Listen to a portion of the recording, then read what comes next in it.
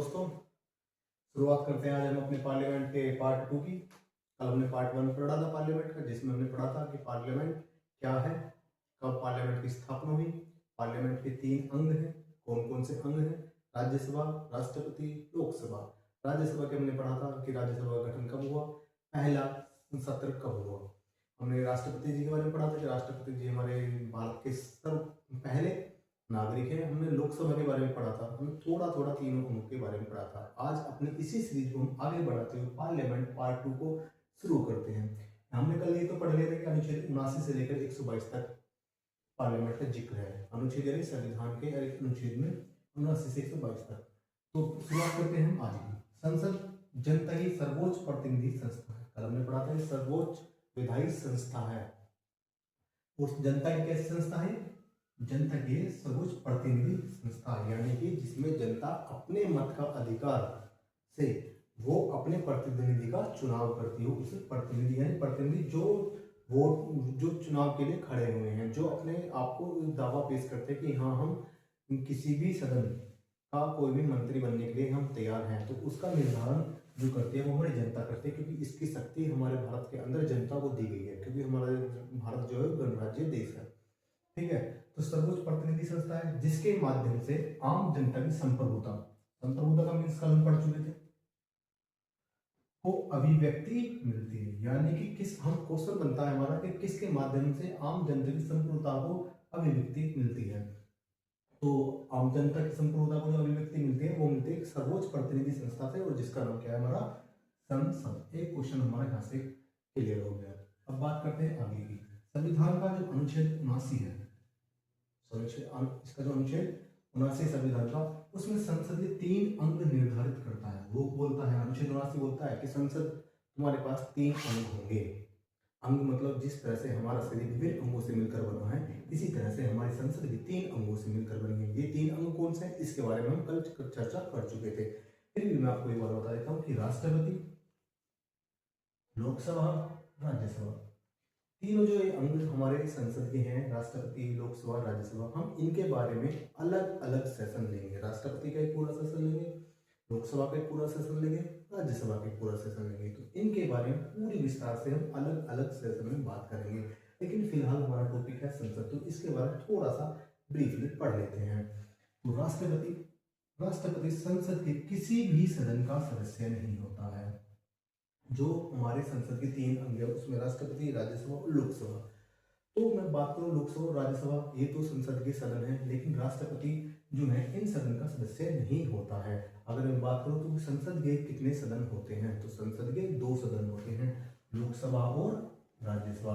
राष्ट्रपति किसी भी सदन का सदस्य नहीं होता है और न ही संसद में बैठता है। ना इसका मतलब क्या है कि ना तो लोकसभा में बैठेगा और ना ही राज्यसभा में बैठेंगे हमारे राष्ट्रपति जी, क्योंकि सदन के किसी सदन के सदस्य नहीं होते। फिर भी की पावर देखें, फिर भी वह संसद का अभिन्न अंग है।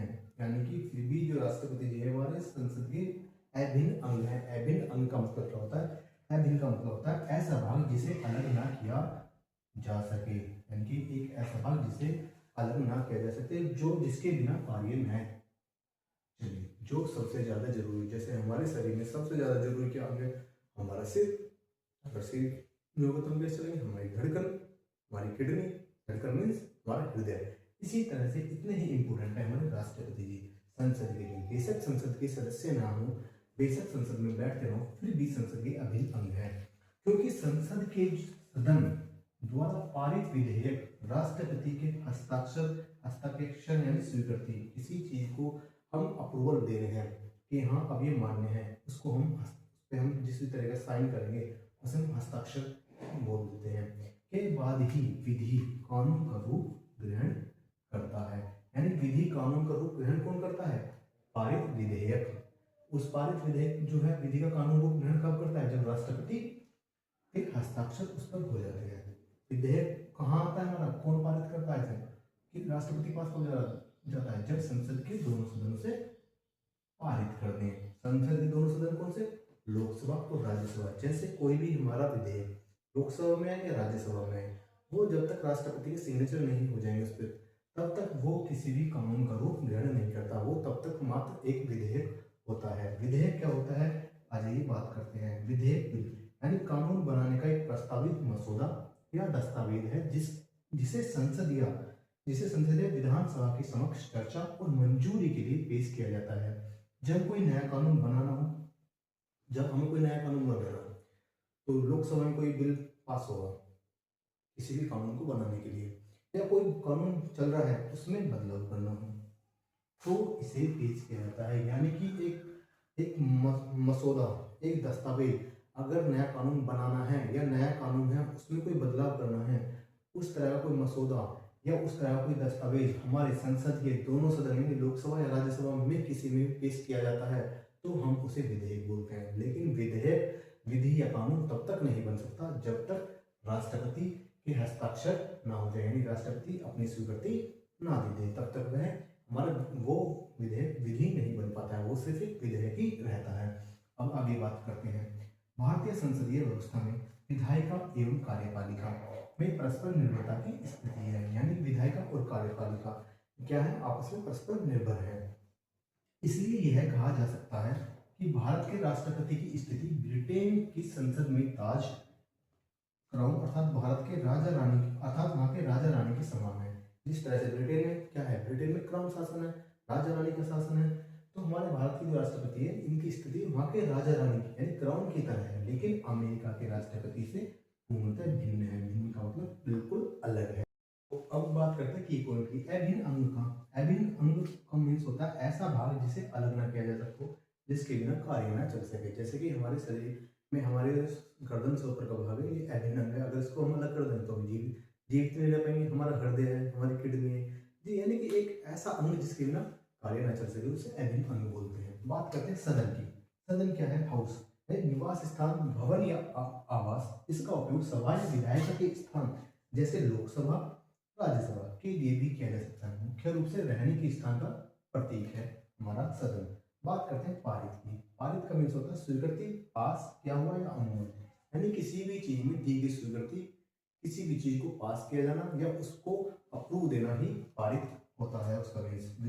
विधेयक का मीन्स क्या होता है, कानून बनाने का एक प्रस्तावित मसौदा, यानी कि कोई मसौदा है हमारा जो कि कानून बनाने के लिए है, या दस्तावेज है ऐसा कोई जिसे संसद या विधानसभा के समक्ष चर्चा और मंजूरी के लिए पेश किया जा सकता हो। यानी कोई भी हमारा दस्तावेज है जो कि हमारा कानून बनाने के लिए है, या कोई भी प्रस्तावित मसौदा है जो कि संसद के किसी भी सदन में हमने विधानसभा या संसद में उसके समक्ष मंजूरी और चर्चा के लिए पेश किया है, जब कोई पेश किया जाता है तो उसे हम विधेयक बोलते हैं। लेकिन जब कोई नया कानून बनेगा या मौजूदा कानून में बदलाव करना हो तो इसे पेश किया जा सकता है। यानी कि चर्चा के लिए पेश कब किया जाएगा, जब कोई नया कानून हमें बनाना हो या नए बने हुए कानून में कोई बदलाव करना हो, तो हम इस तरह का कोई मसौदा या दस्तावेज संसद या विधानसभा के किसी भी सदन में उसे चर्चा के लिए या मंजूरी में पेश कर सकते हैं, उसे क्या बोलते हैं, विधेयक बोलते हैं। तो बात करते हैं आगे की तरफ, अनुच्छेद पढ़ते हैं थोड़े से। अनुच्छेद 79, मैंने बोला था कि अनुच्छेद 79 से लेकर 122 तक संसद के बारे में उल्लेख है, ठीक है, इसके भागों के बारे में उल्लेख है। तो अनुच्छेद 79 संसद का गठन हमने पढ़ लिया है, कल पढ़ लिया था। अनुच्छेद 79 राज्यसभा, अनुच्छेद 80 राज्यसभा की संरचना, राज्यसभा के बारे में बहुत छोटी सी चीजें हमने पढ़ ली थी। अनुच्छेद 81 लोकसभा की संरचना, इसके बारे में बहुत थोड़ा सा पढ़ लिया था। इनके बारे में अलग से विस्तार से एक अलग सेशन लेंगे जिससे हम पूरा पढ़ेंगे राज्यसभा की संरचना, राज्यसभा के बारे में पूरा डिस्कशन करेंगे। एक और अलग से क्लास लेंगे जिसमें लोकसभा की पूरी डिटेल लेंगे। एक और अलग से क्लास लेंगे जिसमें 30 नाम राष्ट्रपति जी, उनके बारे में पूरी डिटेल के साथ पढ़ेंगे, जो कि कॉम्पिटिटिव एग्जाम में बहुत ही ज़्यादा क्वेश्चन इंपोर्टेंट होते हैं, उन्हें हम सोल्व कर पाएंगे। अब बात करते हैं अनुच्छेद 82, प्रत्येक जनगणना के पश्चात पुनः समायोजन, यानी कि जब जनगणना होगी तो उसके पश्चात प्रत्येक जनगणना उसके बाद पुनः समायोजन वो क्या है इसके बारे में पढ़ेंगे। लेकिन अभी हमें थोड़ा सा आगे की तरफ पढ़ना है। क्या, अनुच्छेद 83 संसद की दोनों सदनों की अवधि। अभी हमें ये नहीं पढ़ना क्योंकि अभी हमने पढ़ा था प्रीवियस क्लास में और अभी थोड़ी देर पहले कि संसद का गठन, और गठन के बाद हम पढ़ेंगे इसके पहले सदस्य के लिए आर्ता, उसके बाद दोनों सदनों की अवधि पढ़ेंगे, फिर हम यहाँ पढ़ाएंगे, ठीक है।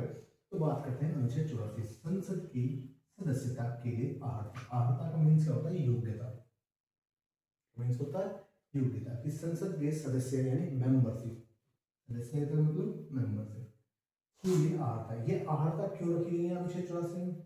इसलिए रखी गई है ताकि हर कोई भी इंसान अगर ऐसा ना बोले कि मुझे संसद में बैठना है, मेरे को संसद में बैठना है, इस तरह से नहीं बैठेगा। उसके लिए कुछ एलिजिबिलिटी है, कुछ अर्हता है, कुछ योग्यता है, जिसके आधार पे ही वह संसद में बैठ पाएगा। वरना तो कल भी कोई कॉमन मैन बोल देगा कि मैं भी जाकर संसद में बैठूंगा, मेरा भी है। कोई जिसके पास पैसा है वो भी जाकर बोल देगा कि मेरे को संसद में बैठना है। नहीं, ऐसा नहीं बैठेगा। उसकी सदस्य लेनी पड़ेगी, यानी उसकी मेंबरशिप लेनी पड़ेगी। उस मेंबरशिप के लिए भी कुछ योग्यताएं हैं। जब तक ये योग्यताएं पूरी नहीं कर लेगा वो, तब तक किसी भी तरह से वो बैठ नहीं सकता। कुछ योग्यता इसके बारे में कुछ पढ़ते हैं क्या है।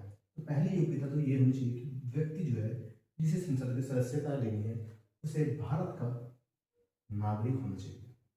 अगर वो भारत का नागरिक नहीं है तो संसदीय सदस्य के लिए अर्हता नहीं होगी।